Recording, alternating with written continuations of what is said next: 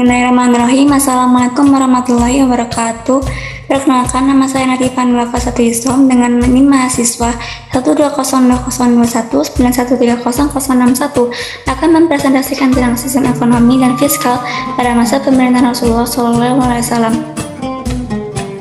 Topik pembahasan kali ini adalah latar belakang yang menjelaskan tentang latar belakang sistem ekonomi dan fiskal pada masa pemerintahan Rasulullah. Lalu yang kedua ada sistem ekonomi yang berlaku pada masa pemerintahan Rasulullah. Yang ketiga ada kebijakan ekonomi yang ada pada pemerintahan Rasulullah. Dan yang terakhir ada keterkaitannya dengan kondisi saat ini. Yang pertama adalah latar belakang. Adanya tantangan dakwah periode Makkah yang saat itu sangat-sangat sulit yang dialami oleh Rasulullah SAW. Lalu berikutnya ada tawaran kesepakatan dengan penduduk Yasrib kepada Rasulullah dan adanya perintah hijrah dari Allah Subhanahu wa Ta'ala untuk pindah hijrah dari kota Makkah menuju kota Madinah atau Yasrib. Dengan adanya kepercayaan penduduk Yasrib pada Rasulullah, Rasul kemudian diangkat menjadi pemimpin atau raja yang berdaulat. Pada saat itu, kondisi negara Yasrib atau kota Yasrib tidak memiliki harta warisan sama sekali.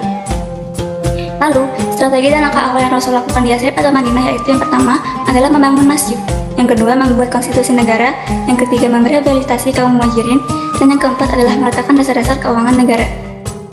Sistem ekonomi yang diterapkan oleh Rasulullah berakar dari prinsip-prinsip Al-Quran yang merupakan sumber utama ajaran Islam yang telah menetapkan berbagai aturan sebagai hidayah bagi umat manusia dalam melakukan segala aktivitas di setiap aspek kehidupannya, terutama di bidang ekonomi. Prinsip Islam ini yang paling mendasar adalah bahwa kekuasaan tertinggi ini hanyalah milik Allah semata, dan manusia hanyalah sebagai khalifah di muka bumi ini dan bukanlah sebagai pemilik sebenarnya. Kebijakan ekonomi Islam pada masa pemerintahan Rasulullah SAW yaitu Rasulullah SAW membuat kebijakan fiskal dan kebijakan moneter.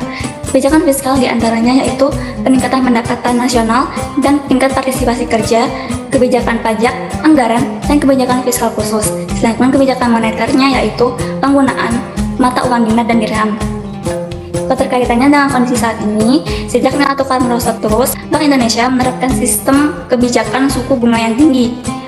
Bahkan bank memperkirakan tingkat kredit yang bermasalah di Indonesia mencapai 20%, bahkan sampai 50-55%. Kebijakan moneter yang sebenarnya bukan hanya berfokus atau mengotak-atik suku bunga saja.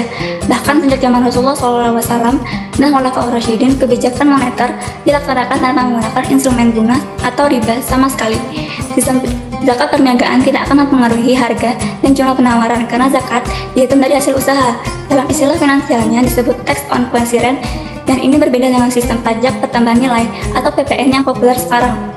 PPN ini dihitung oleh atas harga barang sehingga harga bertambah mahal dan jumlah yang ditawarkan lebih sedikit, atau dalam istilah ekonominya yaitu upward shift on supply curve. Sekian presentasi dari saya, kurang lebihnya mohon dimaafkan. Wassalamualaikum warahmatullahi wabarakatuh.